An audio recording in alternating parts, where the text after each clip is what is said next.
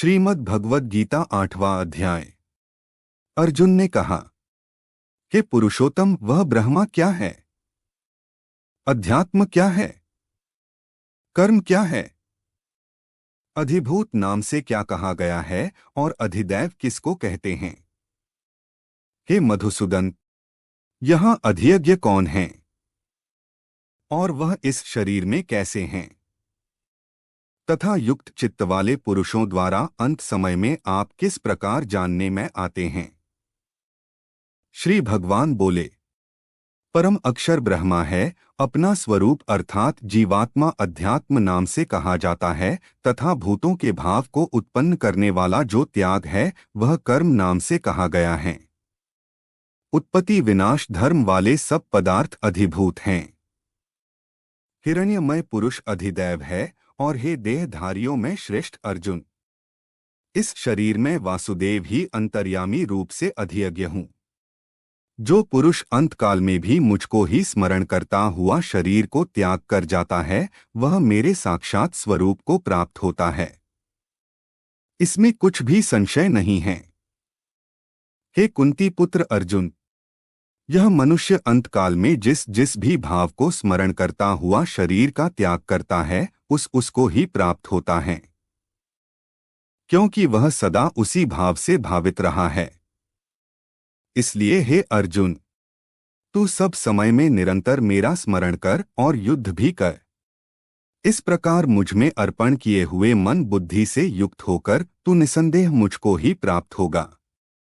हे पार्थ, यह नियम है कि परमेश्वर के ध्यान के अभ्यास रूप योग से युक्त दूसरी और न जाने वाले चित्त से निरंतर चिंतन करता हुआ मनुष्य परम प्रकाश रूप दिव्य पुरुष को अर्थात परमेश्वर को ही प्राप्त होता है।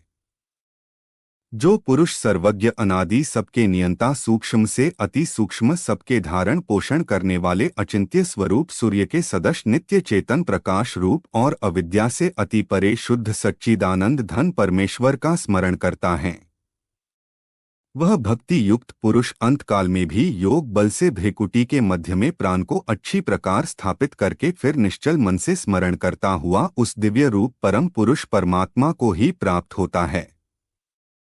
वेद के जानने वाले विद्वान जिस सच्चिदानंद धन रूप परम पद को अविनाशी कहते हैं, आसक्ति रहित यत्नशील सन्यासी महात्मा जन जिसमें प्रवेश करते हैं और जिस परम पद को चाहने वाले ब्रह्मचारी लोग ब्रह्मचर्य का आचरण करते हैं, उस परम पद को मैं तेरे लिए संक्षेप से कहूँगा।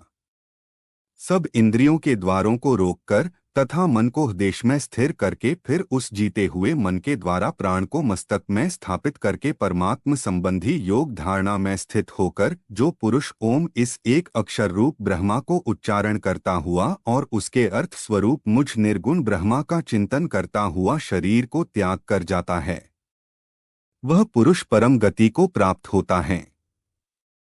हे अर्जुन, जो पुरुष मुझ में अनन्यचित होकर सदा ही निरंतर मुझ पुरुषोत्तम को स्मरण करता है उस नित्य निरंतर मुझ में युक्त हुए योगी के लिए मैं सुलभ हूँ अर्थात उसे सहज ही प्राप्त हो जाता हूँ। परम सिद्धि को प्राप्त महात्मा जन मुझ को प्राप्त होकर दुखों के घर एवं क्षणभंगुर पुनर्जन्म को नहीं प्राप्त होते। हे अर्जुन, ब्रह्मा लोक पर्यंत सब लोग पुनरावर्ती हैं, परंतु हे कुंती पुत्र, मुझको प्राप्त होकर पुनर्जन्म नहीं होता क्योंकि मैं कालातीत हूँ और ये सब ब्रह्मादि के लोक काल के द्वारा सीमित होने से अनित्य हैं। ब्रह्मा का जो एक दिन है उसको 1000 चतुर्युगी तक की अवधि वाला और रात्रि को भी 1000 चतुर्युगी तक की अवधि वाली जो पुरुष तत्व से जानते हैं वे योगी जन काल के तत्व को जानने वाले हैं। संपूर्ण चराचर भूत गण ब्रह्मा के दिन के प्रवेश काल में अव्यक्त से अर्थात ब्रह्मा के सूक्ष्म शरीर से उत्पन्न होते हैं और ब्रह्मा की रात्रि के प्रवेश काल में उस अव्यक्त नामक ब्रह्मा के सूक्ष्म शरीर में ही लीन हो जाते हैं। हे पार्थ, वही यह भूत समुदाय उत्पन्न होकर प्रकृति के वश में हुआ रात्रि के प्रवेश काल में लीन होता है और दिन के प्रवेश काल में फिर उत्पन्न होता है। उस अव्यक्त से भी अति परे दूसरा अर्थात विलक्षण जो सनातन अव्यक्त भाव है वहाँ परम दिव्य पुरुष सब भूतों के नष्ट होने पर भी नष्ट नहीं होता।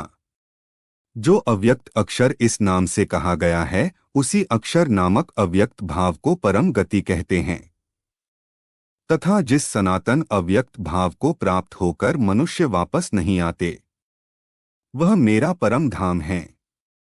हे पार्थ, जिस परमात्मा के अंतर्गत सर्वभूत हैं और जिस सच्चिदानंद धन परमात्मा से यह समस्त जगत परिपूर्ण है, वह सनातन अव्यक्त परम पुरुष तो अनन्य भक्ति से ही प्राप्त होने योग्य है। हे अर्जुन, जिस काल में शरीर त्याग कर गए हुए योगी जन तो वापस न लौटने वाली गति को और जिस काल में गए हुए वापस लौटने वाली गति को ही प्राप्त होते हैं, उस काल को अर्थात दोनों मार्गों को कहूंगा। जिस मार्ग में ज्योतिर्मय अग्नि अभिमानी देवता है, दिन का अभिमानी देवता है, शुक्ल पक्ष का अभिमानी देवता है और उत्तरायण के 6 महीनों का अभिमानी देवता है, उस मार्ग में मरकर गए हुए ब्रह्मा वेता योगी जन उपर्युक्त देवताओं द्वारा क्रम से ले जाए जाकर ब्रह्मा को प्राप्त होते हैं। जिस मार्ग में धूमाभिमानी देवता है, रात्रि अभिमानी देवता है तथा कृष्ण पक्ष का अभिमानी देवता है और दक्षिणायन के 6 महीनों का अभिमानी देवता है, उस मार्ग में मरकर गया हुआ सकाम कर्म करने वाला योगी उपर्युक्त देवताओं द्वारा क्रम से ले गया हुआ चंद्रमा की ज्योति को प्राप्त होकर स्वर्ग में अपने शुभ कर्मों का फल भोग कर वापस आता है। क्योंकि जगत के 2 प्रकार के शुक्ल और कृष्ण अर्थात देवयान और पितृयान मार्ग सनातन माने गए हैं। इनमें एक के द्वारा गया हुआ, जिससे वापस नहीं लौटना पड़ता, उस परम गति को प्राप्त होता है, और दूसरे के द्वारा गया हुआ फिर वापस आता है अर्थात जन्म मृत्यु को प्राप्त होता है। हे पार्थ, इस प्रकार इन दोनों मार्गों को तत्व से जानकर कोई भी योगी मोहित नहीं होता। इस कारण हे अर्जुन, तू सब काल में संबुद्धि रूप योग से युक्त हो अर्थात निरंतर मेरी प्राप्ति के लिए साधन करने वाला हो। योगी पुरुष इस रहस्य को तत्व से जानकर वेदों के पढ़ने में तथा यज्ञ तप और दानादि के करने में जो पुण्य फल कहा है, उन सबको निसंदेह उल्लंघन कर जाता है और सनातन परम पद को प्राप्त होता है। श्रीमद् भगवद गीता 8वां अध्याय समाप्त। ओम नमो भगवते वासुदेवाय। आपको यह वीडियो अच्छा लगा हो तो वीडियो को लाइक करना, कोई सुझाव हो तो कमेंट जरूर करना और हमारी चैनल को सब्सक्राइब करना।